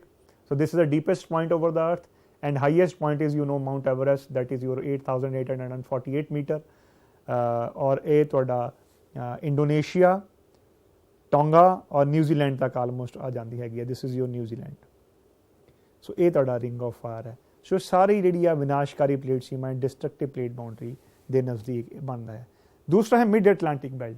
ਇੱਥੇ ਜ਼ਿਆਦਾਤਰ ਬਹੁਤ ਤੀਬਰਤਾ ਵਾਲੇ ਜਿਹੜੇ ਭੂਚਾਲ ਤੇ ਨਹੀਂ ਆਉਂਦੇ, ਜਾਂ ਮਤਲਬ ਜਵਾਲਾਮੁਖੀ ਜਿਹੜੇ ਬਹੁਤ ਵਿਸਫੋਟਕ ਤੇ ਨਹੀਂ, ਪਰ ਕਿਉਂਕਿ ਲਗਾਤਾਰ ਫਿਸ਼ਰ ਹੈ ਜਵਾਲਾਮੁਖੀ ਕਿਸਮ ਦੇ, ਜਿਹੜੇ ਫਿਸ਼ਰ ਕਿਸਮ ਦੇ ਜਵਾਲਾਮੁਖੀ ਉਹ ਲਗਾਤਾਰ ਜਿਹੜੇ ਆ ਉਹ ਇੱਥੇ ਆਉਂਦੇ ਰਹਿੰਦੇ ਹੈਗੇ ਆ। ਸੋ ਇਹ ਐਟਲਾਂਟਿਕ ਪੱਟੀ ਉੱਪਰੋਂ ਤੁਸੀਂ ਦੇਖੋ ਕਿ ਆਰਕਟਿਕ ਤੋਂ ਸ਼ੁਰੂ ਹੋ ਕੇ ਤੇ ਐਸ ਸ਼ੇਪ ਦੇ ਵਿੱਚ ਆਲਮੋਸਟ ਇਹ ਅੰਟਾਰਕਟਿਕਾ ਤੱਕ ਜਿਹੜੀ ਚੱਲਦੀ ਹੈਗੀ ਆ। ਮਿਡ ਕੰਟੀਨੈਂਟਲ, ਸੋ ਮਹਾਦੀਪਾਂ ਦੇ ਵਿਚਕਾਰ ਆ ਜਿਹੜੇ ਲਾਲ ਲਾਲ ਅੱਖਰ ਤੁਸੀਂ ਦੇਖ ਰਹੇ ਹੋ, ਇਹ ਸਾਰੇ ਜਿਹੜੇ ਆ ਉੱਤਰੀ ਅਮਰੀਕਾ, ਨਾਰਥ ਅਮਰੀਕਾ ਤੋਂ ਸ਼ੁਰੂ ਹੋ ਕੇ ਏਸ਼ੀਆ, ਈਰਾਨ, ਅਫਗਾਨਿਸਤਾਨ, ਪਾਕਿਸਤਾਨ ਤੋਂ ਹਿਮਾਲਿਆ ਪਰਬਤ, ਤਿੱਬਤ, ਪਾਮੀਰ, ਤੀਨਸ਼ਾਨ, ਅਲਤਾਈ, ਚੀਨ ਦੀਆਂ ਪਰਬਤੀ ਮਾਲਾਵਾਂ, ਮਿਆਂਮਾਰ, ਪੂਰਬੀ ਸਾਈਬੇਰੀਆ, ਇਸ ਪੱਟੀ ਵਿੱਚ ਜਿਹੜੇ ਆ ਉਹ ਘੱਟ ਡੂੰਘਾਈ ਦੇ ਜ਼ਿਆਦਾ ਤੀਬਰਤਾ ਵਾਲੇ ਭੂਚਾਲ ਆਉਂਦੇ। ਹੁਣ ਤੁਸੀਂ ਕਦੀ ਨੋਟ ਕਰੋ, ਹਿਮਾਲਿਆ ਦੇ ਵਿੱਚ ਬਹੁਤ ਜ਼ਿਆਦਾ ਜਿਹੜੇ ਭੂਚਾਲ ਆਉਂਦੇ, ਪਰ ਇੱਥੇ ਜਵਾਲਾਮੁਖੀ ਕਿਉਂ ਨਹੀਂ ਆ? ਕਿਉਂਕਿ ਇੱਥੇ ਤੇ ਇਲੈਕਟਿਵ ਪਲੇਟ ਬਾਉਂਡਰੀ ਆ, ਇੱਥੇ ਤੇ ਜਵਾਲਾਮੁਖੀ ਹੋਣੇ ਚਾਹੀਦੇ। ਪਰ ਤੁਹਾਨੂੰ ਅੰਡੇਮਾਨ ਨਿਕੋਬਾਰ ਦੇ ਵਿੱਚ ਭੂਚਾਲ ਵੀ ਮਿਲ ਜਾਣਗੇ, ਉੱਥੇ ਬਹੁਤ ਆਉਂਦੇ, ਔਰ ਉੱਥੇ ਐਕਟਿਵ ਜਵਾਲਾਮੁਖੀ ਵੀ ਹੈਗਾ ਬੈਰਨ ਆਈਲੈਂਡ ਦੇ ਉੱਪਰ। ਪਰ ਹਿਮਾਲਿਆ ਦੇ ਵਿੱਚ ਕਿਉਂ ਨਹੀਂ ਆ? ਉਹਦਾ ਕਾਰਨ ਇਹ ਹੈ ਕਿ ਹਿਮਾਲਿਅਨ ਦੇ ਥੱਲੇ ਜਿਹੜਾ ਬੈਥੋਲਿਥ ਹੈ, ਜਿੱਥੇ ਮੈਗਮਾ ਇਕੱਠਾ ਬਹੁਤ ਡੂੰਘਾ ਆ, ਉਹ ਡੈਫੀਨੇਟਲੀ ਸਮਾਂ ਪਾ ਕੇ ਹਜ਼ਾਰਾਂ ਸਾਲਾਂ ਦੇ ਸਮੇਂ ਦੇ ਵਿੱਚ ਉਹ ਉੱਪਰ ਆਏਗਾ। ਔਰ ਇਸ ਜਗ੍ਹਾ ਦੇ ਉੱਪਰ ਵੀ ਤੁਹਾਨੂੰ ਸਾਡੀਆਂ ਪੀੜ੍ਹੀਆਂ ਤੇ ਨਹੀਂ, ਅਗਰ ਪ੍ਰਿਥਵੀ ਰਹੀ, ਦੁਨੀਆ ਰਹੀ, ਤੇ ਆਉਣ ਵਾਲੀਆਂ ਪੀੜ੍ਹੀਆਂ ਦੇਖਣਗੀਆਂ ਕਿ ਹਿਮਾਲਿਆ ਦੇ ਵਿੱਚ ਵੀ ਵੋਲਕੈਨਿਕ ਇਰਪਸ਼ਨ ਜਿਹੜੀਆਂ ਹੋਣਗੀਆਂ ਸ਼ੁਰੂ ਡੈਫੀਨੇਟਲੀ। ਦੂਸਰਾ ਕਿ ਜਿਹੜਾ ਉੱਤਰ ਪ੍ਰਦੇਸ਼ ਹੈ ਉਹਦੇ ਵਿੱਚ ਭੂਚਾਲਾਂ ਦਾ ਅਸਰ ਘੱਟ ਕਿਉਂ ਹੈ? ਉਹ ਜ਼ੋਨ ਕਿਹੜੀ ਆਪਾਂ ਉਹ ਸਟੱਡੀ ਕਰਦੇ ਹਾਂ। ਉਹਦਾ ਕਾਰਨ ਇਹ ਹੈ ਕਿ ਉੱਥੇ ਸਾਰੀ ਜਿਹੜੀ ਜਲੋੜ ਮਿੱਟੀ ਆ, ਐਲੂਵੀਅਲ ਸੋਇਲ ਆ, ਔਰ ਜਿਹੜੀ ਜਲੋੜ ਮਿੱਟੀ ਆ ਉਹ ਭੂਚਾਲ ਦੀ ਤੀਬਰਤਾ ਨੂੰ ਜਿਹੜਾ ਸੋਖ ਲੈਂਦੀ, ਘੱਟ ਕਰ ਦਿੰਦੀ ਉਹਦੀ ਸ਼ਿੱਦਤ ਨੂੰ, ਉਹਦੀ ਇੰਟੈਂਸਿਟੀ ਨੂੰ, ਜਿਹਦੇ ਕਰਕੇ ਨੁਕਸਾਨ ਜਿਹੜਾ ਉਹ ਘੱਟ ਹੁੰਦਾ ਹੈ। ਹਾਂ, ਅਗਰ ਉਹ ਲੂਜ਼ ਸੋਇਲ ਵਾਲਾ ਏਰੀਆ, ਜਿਸ ਤਰ੍ਹਾਂ ਕਾਠਮੰਡੂ ਦਾ ਅਰਥਕੁਏਕ ਆਇਆ ਸੀਗਾ 2015 ਦੇ ਵਿੱਚ, ਤਾਂ ਉਹਦੀ ਵਜ੍ਹਾ ਨਾਲ ਉਸ ਏਰੀਏ ਦੇ ਵਿੱਚ, ਕਿਉਂਕਿ ਝੀਲ ਸੀ ਪਹਿਲਾਂ, ਡਿਸਟਰਕਸ਼ਨ ਕਾਫੀ ਹੋਈ ਸੀਗੀ। ਇੱਕੋ ਇੰਟੈਂਸਿਟੀ ਦੇ ਜਿਹੜੇ ਭੂਚਾਲ ਹੈ ਉਹ ਅਲੱਗ-ਅਲੱਗ ਕਿਸਮ ਦੀ ਜਿਹੜੀ ਸ਼ਿੱਦਤ ਆ ਜਾਂ ਨੁਕਸਾਨ ਕਰ ਸਕਦੇ ਆ। ਜਿਸ ਤਰ੍ਹਾਂ ਹਿੰਦੂ ਕੁਸ਼ ਦੇ ਵਿੱਚ 2015 ਵਿੱਚ 7.7 ਮੈਗਨੀਟਿਊਡ ਦਾ ਅਰਥਕੁਏਕ ਆਇਆ ਔਰ 400 ਲੋਕ ਮਰੇ, ਤੇ ਨੇਪਾਲ ਦੇ ਵਿੱਚ ਅਰਥਕੁਏਕ ਆਇਆ ਉਸ ਸਾਲ ਇਸੇ ਇੰਟੈਂਸਿਟੀ ਦਾ 7.7, ਤੇ ਉੱਥੇ 9000 ਦੇ ਕਰੀਬ ਲੋਕ ਮਾਰੇ ਗਏ ਸੀਗੇ। ਸੋ ਅੱਗੇ ਆ ਗਿਆ ਭਾਰਤ ਦੇ ਵਿੱਚ ਭੂਚਾਲ। ਸੋ ਭਾਰਤ ਜਿਹੜਾ ਹੈ ਬਹੁਤ ਭੂਚਾਲ ਆਉਂਦੇ, ਕਈ ਵਾਰੀ ਇਹੋ ਜਿਹੀ ਜਗ੍ਹਾ ਤੇ ਵੀ ਭੂਚਾਲ ਆ ਜਾਂਦੇ ਜਿੱਥੇ ਭੂਚਾਲਾਂ ਦੀ ਅਕਸਰ ਅਸੀਂ ਅਨੁਮਾਨ ਨਹੀਂ ਲਗਾਉਂਦੇ। ਜਿਸ ਤਰ੍ਹਾਂ ਲਾਤੂਰ ਦੇ ਵਿੱਚ ਭੂਚਾਲ ਆਇਆ ਸੀ 93 ਦੇ ਵਿੱਚ, ਉੱਥੇ ਅਸੀਂ ਕਦੇ ਸੋਚਿਆ ਨਹੀਂ ਸੀ ਭੂਚਾਲ ਆਏਗਾ, ਕਿਉਂਕਿ ਉਹ ਸਾਰਾ ਜਿਹੜਾ ਉਹ ਤੁਹਾਡਾ ਪੈਨਸੂਲਰ ਇੰਡੀਆ, ਪਰ ਭੂਚਾਲ ਆਇਆ ਔਰ ਕਾਫੀ ਜ਼ਿਆਦਾ ਨੁਕਸਾਨ ਹੋਇਆ ਸੀਗਾ। ਸੋ ਹਾਂ, 1967 ਵਿੱਚ ਕੋਇਨਾ ਤੇ 93 ਵਿੱਚ ਲਾਤੂਰ ਇਹਦੇ ਉਦਾਹਰਨਾਂ ਹੈਗੀਆਂ। ਸੋ ਸਿੰਧੂ ਗੰਗਾ ਬ੍ਰਹਮਪੁੱਤਰ ਦੇ ਮੈਦਾਨਾਂ ਵਿੱਚ ਜਿਹੜਾ ਆ ਉਹਦਾ ਮੇਨ ਕੇਂਦਰ ਜਿਹੜਾ ਉਹ ਹਿਮਾਲਿਆ ਸ਼੍ਰੇਣੀ ਹੈ। ਸੋ ਸਟ੍ਰੈਸ ਵੱਧ ਰਿਹਾ ਹੈ, ਸੋ ਉੱਥੇ ਇੱਕ ਟਰਫ ਬਣਦੀ ਹੈ ਜਿਹਦੀ ਵਜ੍ਹਾ ਦੇ ਨਾਲ ਭੂਚਾਲ ਜਿਹੜੇ ਆ ਆਉਂਦੇ ਹੈਗੇ ਆ। ਸੋ ਇਹ ਕੁਛ ਭੂਚਾਲਾਂ ਦੇ ਥਾਵਾਂ ਦਿੱਤੀਆਂ ਹੋਈਆਂ। ਇਹ ਤੁਹਾਡੀ ਕਿਤਾਬ ਜਿਹੜੀ ਪੰਜਾਬ ਸਕੂਲ ਸਿੱਖਿਆ ਬੋਰਡ ਦੀ, ਇੱਕ ਗੱਲ ਯਾਦ ਰੱਖੋ, ਜਦੋਂ ਤੁਸੀਂ ਕਿਤਾਬ ਪੜ੍ਹਨੀ ਆ 11ਵੀਂ ਜਮਾਤ ਦੇ ਵੀ 12ਵੀਂ ਜਮਾਤ ਦੇ ਬੱਚਿਆਂ ਨੇ, ਤੁਸੀਂ ਪੰਜਾਬ ਸਕੂਲ ਸਿੱਖਿਆ ਬੋਰਡ ਨੇ ਜਿਹੜੀ ਕਿਤਾਬ ਛਾਪੀ ਹੋਈ ਆ ਉਹੀ ਕਿਤਾਬ ਪੜ੍ਹਨੀ ਆ, ਕਿਸੇ ਵੀ ਪ੍ਰਾਈਵੇਟ ਪਬਲਿਸ਼ਰ ਦੀ ਕਿਤਾਬ ਤੁਸੀਂ ਨਹੀਂ ਪੜ੍ਹਨੀ। ਸੋ ਇਹ ਤੁਹਾਡਾ ਇੰਡੋ ਸਾਂਗਪੋ ਫਾਲਟ ਜਿਹੜਾ ਹੈਗਾ ਆ, main boundary thirst, Himalayan front fault, ਇਹ ਸਾਰਾ ਫਾਲਟ ਏਰੀਆ ਜਿਹੜਾ ਨਕਸ਼ਾ ਤੁਹਾਨੂੰ ਵੈਸੇ ਕਲੀਅਰ ਨਹੀਂ ਹੋਏਗਾ ਤੁਹਾਡੇ ਟੀਪੀ ਦੇ ਉੱਪਰ, ROT ਦੇ ਉੱਪਰ, ਪਰ ਇਹ ਫਾਲਟਸ ਹੈ ਸਾਰੇ, ਇਹ ਤ੍ਰਿੜਾਂ ਆ ਧਰਤੀ ਦੇ ਉੱਪਰ ਜਿੱਥੇ ਜਿਹੜੇ ਭੂਚਾਲ ਪੈਦਾ ਹੁੰਦੇ ਆ। ਸੋ ਇਹ ਨਕਸ਼ਾ ਜਿਹੜਾ ਆ ਭਾਰਤ ਦੇ ਵਿੱਚ ਭੂਚਾਲਾਂ ਦਾ ਉਹ ਤੁਹਾਡੀ ਬੁੱਕ 'ਚ ਦਿੱਤਾ, ਇਹਨੂੰ ਜ਼ਰੂਰ ਦੇਖੋ ਔਰ ਇਹਨੂੰ ਨਕਸ਼ੇ ਦੇ ਉੱਪਰ ਭਰੋ ਵੀ। ਅੱਗੇ ਆ ਗਿਆ ਤੁਹਾਡੀਆਂ ਸਾਈਜ਼ਮਿਕ ਜ਼ੋਨਸ। ਹੁਣ ਜਿਹੜੇ ਵੀ ਰੈੱਡ ਕਲਰ ਦੇ ਤੁਹਾਨੂੰ ਨਜ਼ਰ ਆ ਰਹੇ, ਜ਼ੋਨ 5 ਹੈ ਔਰ ਬਰਾਊਨ ਕਲਰ ਦੇ ਵਿੱਚ ਜ਼ੋਨ 4 ਹੈ। ਇਹ ਲੇਟੈਸਟ ਨਕਸ਼ਾ ਹੈ 2021 ਜੁਲਾਈ ਦੇ ਵਿੱਚ ਜਿਹੜਾ ਭਾਰਤ ਸਰਕਾਰ ਨੇ ਜਾਰੀ ਕੀਤਾ ਸੀਗਾ ਕਿ ਜਿਹੜੀ ਜ਼ੋਨ 2 ਹੈ ਉਹ ਸਭ ਤੋਂ ਘੱਟ ਖਤਰੇ ਵਾਲੀ ਜ਼ੋਨ ਹੈ, ਜਿੱਥੇ ਭੂਚਾਲ ਘੱਟ ਆਉਂਦੇ ਆ। ਰੈੱਡ ਜ਼ੋਨ ਦੇ ਵਿੱਚ ਤੁਸੀਂ ਦੇਖੋ ਕਸ਼ਮੀਰ, ਹਿਮਾਚਲ ਤੇ ਪੰਜਾਬ ਦਾ ਜਿਹੜਾ ਬਾਰਡਰ ਹੈ ਉਹ, ਉੱਤਰਾਖੰਡ, ਬਿਹਾਰ ਦਾ ਏਰੀਆ, ਸਿੱਕਿਮ ਔਰ ਪੂਰੇ ਦਾ ਪੂਰਾ ਉੱਤਰ ਪੂਰਬੀ ਰਾਜ ਜਿੰਨੇ ਵੀ ਹੈਗੇ ਆ। ਇਸ ਤੋਂ ਇਲਾਵਾ ਗੁਜਰਾਤ, ਕਿਉਂਕਿ ਇੱਥੇ ਤੁਹਾਡਾ ਪੁਜ ਫਾਲਟ ਹੈਗਾ ਆ, ਸੌਰਾਸ਼ਟਰ ਔਰ ਕੱਛ ਦਾ ਇਲਾਕਾ ਜਿਹੜਾ ਹੈ, ਇੱਥੇ ਜਿਹੜੇ ਉਹ ਭੂਚਾਲ ਜ਼ਿਆਦਾ ਆਉਂਦੇ ਹਨ। ਜਿਹੜੀ ਬਰਾਊਨ ਕਲਰ ਦੀ ਜ਼ੋਨ ਆ ਉਹਦੇ ਵਿੱਚ ਸਾਰਾ ਹੀ ਤੁਹਾਡਾ ਹਿੱਲੀ ਏਰੀਆ, ਪੰਜਾਬ ਦਾ ਵੀ, ਨਾਰਥ ਪੰਜਾਬ ਦਾ ਵੀ ਏਰੀਆ ਆ ਜਾਂਦਾ ਆ। ਇਸ ਤੋਂ ਇਲਾਵਾ ਤੁਸੀਂ ਵੈਸਟ ਬੰਗਾਲ, ਗੋਆ, ਸੋ ਇਹ ਏਰੀਆਜ਼ ਜਿਹੜੇ ਆ ਸਾਈਜ਼ਮਿਕ ਜ਼ੋਨਸ ਭਾਰਤ ਦੀਆਂ ਜਿਹੜੀਆਂ ਤੁਹਾਡੀ ਕਿਤਾਬ 'ਚ ਨਕਸ਼ਾ ਦਿੱਤਾ, ਇਹ ਵੀ ਜ਼ਰੂਰ ਤੁਸੀਂ ਆਪਣੇ ਨਕਸ਼ੇ 'ਤੇ ਮਾਰਕ ਕਰਨੀ ਹੈ। ਪੰਜਾਬ ਦੀ ਗੱਲ ਕਰਦੇ ਹਾਂ ਤੇ ਉੱਤਰੀ ਪੰਜਾਬ ਜਿਹੜਾ ਆ, ਜਿਹਦੇ ਵਿੱਚ ਤੁਹਾਡਾ ਗੁਰਦਾਸਪੁਰ, ਅੰਮ੍ਰਿਤਸਰ, ਤਰਨਤਾਰਨ ਦਾ ਏਰੀਆ ਆਉਂਦਾ, ਕਪੂਰਥਲਾ, ਹੁਸ਼ਿਆਰਪੁਰ, ਜਲੰਧਰ, ਨਵਾਂਸ਼ਹਿਰ, ਉਹ ਸਾਰਾ ਇਹ ਜ਼ੋਨ 4 ਦੇ ਵਿੱਚ ਹੈ। ਇਹ ਜ਼ੋਨ 2 ਹੈ ਔਰ ਜ਼ੋਨ 1 ਹੈਗੀ ਆ। ਸਭ ਤੋਂ ਘੱਟ ਖਤਰਨਾਕ ਉਸ ਤੋਂ ਉੱਪਰ ਔਰ ਉਸ ਤੋਂ ਉੱਪਰ ਪੰਜਾਬ ਦੇ ਵਿੱਚ ਵੀ ਜਿਹੜੇ ਭੂਚਾਲ ਜਿਹੜੇ ਪੈਦਾ ਹੁੰਦੇ ਹੈਗੇ ਤੁਹਾਡੇ। ਹਾਲਾਂਕਿ ਪੰਜਾਬ ਦੇ ਵਿੱਚ 6 ਇੰਟੈਂਸਿਟੀ ਤੋਂ ਜ਼ਿਆਦਾ ਦਾ ਅਰਥਕੁਏਕ ਅਜੇ ਤੱਕ ਤੇ ਰਿਕਾਰਡ ਨਹੀਂ ਹੋਇਆ। ਰੱਬ ਨਾ ਕਰੇ ਕਿ ਸਾਨੂੰ ਕਦੀ ਵੀ ਇਹੋ ਜਿਹੀ ਵਿਨਾਸ਼ ਦਾ ਜਿਹੜਾ ਕਦੀ ਸਾਹਮਣਾ ਕਰਨਾ ਪਵੇ। ਸੋ ਬਟ ਇਹ ਹੈ ਕਿ ਸਾਨੂੰ ਇਹਦੇ ਬਾਰੇ ਜਾਣਕਾਰੀ ਜ਼ਰੂਰ ਹੋਣੀ ਚਾਹੀਦੀ ਹੈ ਕਿ ਅਸੀਂ ਰੱਬ ਨਾ ਕਰੇ ਅਗਰ ਭੂਚਾਲ ਆ ਜਾਏ, ਖੁਦਾ ਨਾ ਖਾਸਤਾ, ਤੇ ਉਹ ਤੋਂ ਬਚਣਾ ਕਿਸ ਤਰ੍ਹਾਂ ਹੈ। ਸੋ ਜਾਪਾਨ ਦੇ ਵਿੱਚ ਵਿਦਿਆਰਥੀਆਂ ਨੂੰ ਡੇਲੀ ਰੈਗੂਲਰ ਜਿਹੜੀਆਂ ਮੌਕ ਡਰਿਲਸ ਕਰਾਈਆਂ ਜਾਂਦੀਆਂ, ਪ੍ਰੈਕਟਿਸ ਕਰਾਈ ਜਾਂਦੀ ਹੈ ਕਿ ਭੂਚਾਲ ਆ ਜਾਏ ਤੁਸੀਂ ਆਪਣੇ ਟੇਬਲ ਦੇ ਥੱਲੇ, ਡੈਸਕ ਦੇ ਥੱਲੇ ਵੜ ਜਾਣਾ ਹੈ, ਜਾਂ ਬਿਲਕੁਲ ਆਪਣਾ ਜਿਹੜਾ ਕਲਾਸਰੂਮ ਆ ਜਾਂ ਅਗਰ ਘਰ ਹੋ ਤਾਂ ਕਿਸੇ ਵੀ ਟੇਬਲ ਦੇ ਥੱਲੇ ਵੜ ਜਾਓ, ਬੈੱਡ ਥੱਲੇ ਵੜ ਜਾਓ ਜਾਂ ਕੋਨੇ 'ਚ ਖੜੇ ਹੋ ਜਾਓ, ਤਾਂ ਕਿ ਤੁਹਾਡੇ ਸਿਰ ਦਾ ਬਚਾਅ ਜਿਹੜਾ ਹੋ ਸਕੇ ਅਗਰ ਬਿਲਡਿੰਗ ਕੋਲੈਪਸ ਕਰਦੀ ਆ। ਅਸਰ ਬੜੇ ਖਤਰਨਾਕ ਹੁੰਦੇ ਆ ਬੇਟਾ, ਕਿ ਲੈਂਡਸਲਾਈਡਿੰਗ ਇਹ ਆਮ ਹੀ ਹੁੰਦੀਆਂ, ਤੁਸੀਂ ਦੇਖਿਆ ਹੋਏਗਾ ਬਰਸਾਤਾਂ ਦਿਨਾਂ ਵਿੱਚ ਹਿਮਾਲਿਆ ਦੇ ਵਿੱਚ ਅਕਸਰ ਹੁੰਦੀਆਂ, ਪਰ ਭੂਚਾਲਾਂ ਦੀ ਵਜ੍ਹਾ ਦੇ ਨਾਲ ਲੈਂਡਸਲਾਈਡਿੰਗ ਕਾਫੀ ਜ਼ਿਆਦਾ ਹੁੰਦੀ, ਜਿਹਦੇ ਨਾਲ ਕਾਫੀ ਨੁਕਸਾਨ ਹੁੰਦਾ ਹੈ। ਮਨੁੱਖੀ ਜ਼ਿੰਦਗੀਆਂ ਬਹੁਤ ਵੱਡੀ ਗਿਣਤੀ ਦੇ ਵਿੱਚ ਜਿਹੜੀਆਂ ਖਤਮ ਹੋ ਜਾਂਦੀਆਂ। 1556 ਦੇ ਵਿੱਚ ਚੀਨ ਦੇ ਸ਼ੈਂਸੀ ਪ੍ਰਾਂਤ 'ਚ ਭੂਚਾਲ ਆਇਆ ਸੀ, 8,30,000 ਲੋਕ ਮਰ ਗਏ ਸੀਗੇ। ਸੋ ਮੂੰਹ ਨਾ ਕਹਿਣਾ, ਇੰਨੀਆਂ ਜ਼ਿੰਦਗੀਆਂ ਉਸ ਜ਼ਮਾਨੇ 'ਚ ਤਬਾਹ ਹੋ ਗਈਆਂ ਜਦੋਂ ਕਿ ਕਿਸੇ ਨੇ ਮਤਲਬ ਸੋਚਿਆ ਵੀ ਨਹੀਂ ਹੋਏਗਾ। ਹਰ ਸਾਲ ਲਗਭਗ 15,000 ਤੋਂ ਜ਼ਿਆਦਾ ਲੋਕ ਭੂਚਾਲਾਂ ਕਰਕੇ ਮਾਰੇ ਜਾਂਦੇ ਹੈਗੇ ਆ। ਫਿਰ ਫਾਇਰ ਇੰਸੀਡੈਂਟ, ਅੱਗ ਲੱਗਣ ਦੀਆਂ ਘਟਨਾਵਾਂ, ਜਦੋਂ ਬਿਲਡਿੰਗਾਂ ਡਿੱਗਦੀਆਂ ਤੇ ਭੱਠੀਆਂ ਦੇ ਟੁੱਟਣ ਨਾਲ ਅੱਗ ਲੱਗ ਜਾਂਦੀ ਆ। ਸੋ ਅੱਗ 'ਤੇ ਕਾਬੂ ਪਾਉਣਾ ਵੀ ਨਾਮੁਮਕਿਨ ਹੋ ਜਾਂਦਾ, ਕਿਉਂਕਿ ਬਿਲਡਿੰਗਾਂ ਬੜੀਆਂ ਅਗਰ ਕਲੋਜ਼ਲੀ ਸਪੇਸਡ ਹੈ, ਉਹਨਾਂ ਵਿੱਚ ਜਗ੍ਹਾ ਨਹੀਂ ਹੈ ਫਾਇਰ ਬ੍ਰਿਗੇਡ ਦੀ ਗੱਡੀ ਦੇ ਜਾਣ ਦੀ, ਅਤੇ ਉਹ ਅੱਗ ਜਿਹੜੀ ਆ ਉਹ ਬੁਝਾਈ ਵੀ ਨਹੀਂ ਜਾ ਸਕਦੀ। इंसानी प्रॉपर्टी, सड़कां, रेल लाइनां, डैम, दरियावां दे पुल, ओवर ब्रिज, एलीवेटेड सड़कां, स्कूल, ये बुरी तरह नाल तबाह हो जाते हैं। 2001 ਵਿੱਚ ਜਿਹੜਾ ਭੁਜ ਵਿੱਚ ਅਰਥਕੁਏਕ ਆਇਆ ਸੀ ਉਹ 3000 ਲੋਕਾਂ ਦੀ ਜਾਨ ਲਈ ਸੀ। 2000 ਕਰੋੜ ਦੀ ਜਾਇਦਾਦ ਦਾ ਨੁਕਸਾਨ ਹੋ ਗਿਆ ਸੀ। ਇਸ ਤੋਂ ਕਿਤੇ ਵੱਡਾ ਨੁਕਸਾਨ ਜਿਹੜਾ 2015 ਚ ਨੇਪਾਲ ਭੂਚਾਲ ਨੇ ਕੀਤਾ ਸੀ। ਫਿਰ ਅਗਰ ਡੈਮ ਟੁੱਟ ਜਾਣ, ਰੱਬ ਨਾ ਕਰੇ, ਤੇ ਉਹਦੇ ਨਾਲ ਬੜੀ ਵੱਡੀ ਗਿਣਤੀ 'ਚ ਜਿਹੜਾ ਉਹ ਤੁਹਾਡੇ ਡੈਮ ਹੜ੍ਹ ਆਉਂਦੇ ਤੇ ਜਿਹਦੇ ਨਾਲ ਭੂਚਾਲ ਆਉਂਦਾ। ਇੱਕ ਬੜਾ ਪੈਕਿਲਰ ਫਿਨੋਮੀਨਾ ਡਿਸਕਸ ਕਰਨਾ ਜ਼ਰੂਰੀ ਹੈ, ਉਹ ਸੁਨਾਮੀ। ਅਗਰ ਭੂਚਾਲ ਸਮੁੰਦਰ ਦੀ ਸਤ੍ਹਾ ਦੇ ਉੱਪਰ ਆਉਂਦਾ ਨੀਚੇ, ਤਾਂ ਉਹਦੀ ਵਜ੍ਹਾ ਨਾਲ ਸਮੁੰਦਰ ਦੀਆਂ ਲਹਿਰਾਂ ਬੜੀਆਂ ਉੱਚੀਆਂ ਉੱਠਦੀਆਂ। ਖੁੱਲੇ ਸਮੁੰਦਰ 'ਚੋਂ ਮਹਿਸੂਸ ਨਹੀਂ ਹੁੰਦੀਆਂ, ਪਰ ਜਿੱਦਾਂ ਹੀ ਉਹ ਧਰਤੀ ਦੇ ਨੇੜੇ ਆਉਂਦੀਆਂ ਉਹਨਾਂ ਦੀ ਉਚਾਈ ਬਹੁਤ ਵੱਧ ਜਾਂਦੀ ਹੈ, 30 ਤੋਂ 40 ਮੀਟਰ। ਇਹਨਾਂ ਨੂੰ ਸੁਨਾਮੀ ਕਿਹਾ ਜਾਂਦਾ ਹੈ। ਸੁਨਾਮੀ ਜਾਪਾਨੀ ਭਾਸ਼ਾ ਦਾ ਸ਼ਬਦ ਹੈ ਜਿਹਦਾ ਅਰਥ ਹੈ ਬੰਦਰਗਾਹ ਦੀਆਂ ਲਹਿਰਾਂ ਜਾਂ ਹਾਰਬਰ ਵੇਵਸ।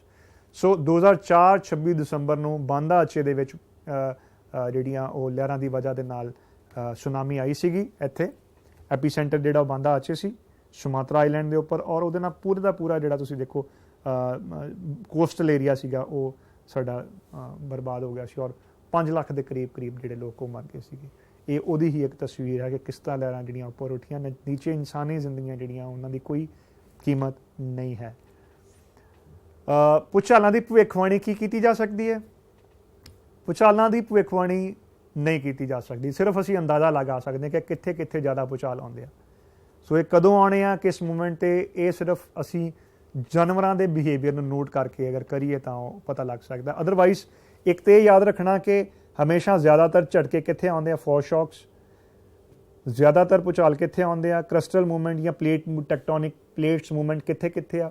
ਨਿਓ ਟੈਕਟੋਨਿਕ ਦਾ ਅਰਥ ਹੈ ਕਿ ਉਹ ਕਿਹੜੀਆਂ ਪਲੇਟਾਂ ਜਿਹੜੀਆਂ ਇਸ ਵਕਤ ਕਿੰਨੀ ਰਫ਼ਤਾਰ 'ਤੇ ਮੂਵ ਕਰਦੀਆਂ ਪਈਆਂ ਇੱਕ ਦੂਸਰੇ ਤੋਂ ਦੂਰ।